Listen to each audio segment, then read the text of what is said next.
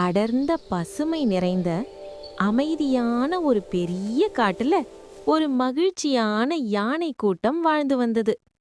அந்த கூட்டத்துல பெரிய யானைகளும் அனுபவமுள்ள முதிய யானைகளும் அவற்றுக்கிடையில் ஒரு சின்ன ரொம்ப சுட்டியான குட்டி யானையும் இருந்தது.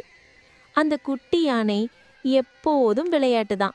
பட்டாம்பூச்சியை துரத்துவது, மரங்களுக்குள் ஓடுவது, அம்மா யானையின் அருகிலேயே சுற்றுவது அதுக்கு ரொம்ப பிடிச்ச விஷயம்.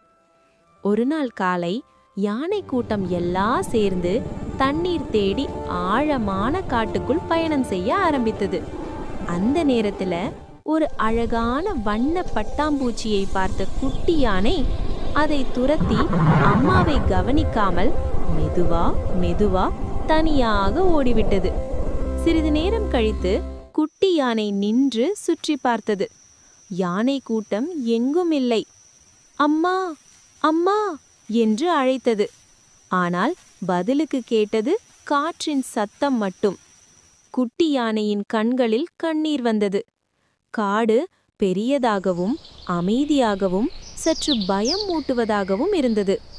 அந்த நேரத்துல ஒரு முதிய மான் மெதுவாக அருகே வந்தது. ஏன் குட்டி யானை, ஏன் அழுற? நான் என் அம்மாவையும் என் கூட்டத்தையும் தொலைத்து போயிட்டேன் என்று நடுங்கிய குரலில் சொன்னது குட்டி யானை. பயப்படாதே, யானை கூட்டம் தூரம் போகாது. உன் அம்மாவின் சத்தத்தை கேட்டு நடந்து போ. குட்டி யானை காதை நிமிர்த்தியது. தூரத்தில் மெல்லிய ஒரு யானையின் குரல் கேட்டது.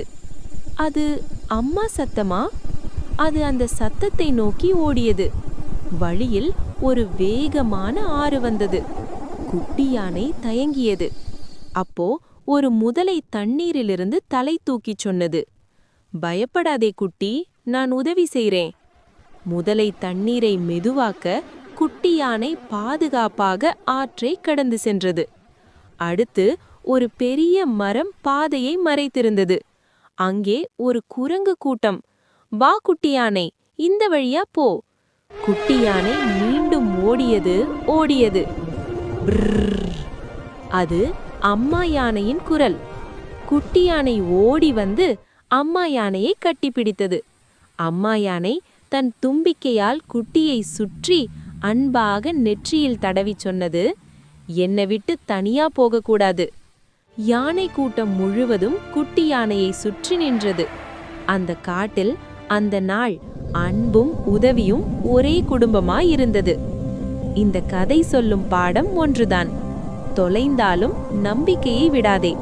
நல்ல மனம் இருந்தால் உதவி கண்டிப்பா வரும்.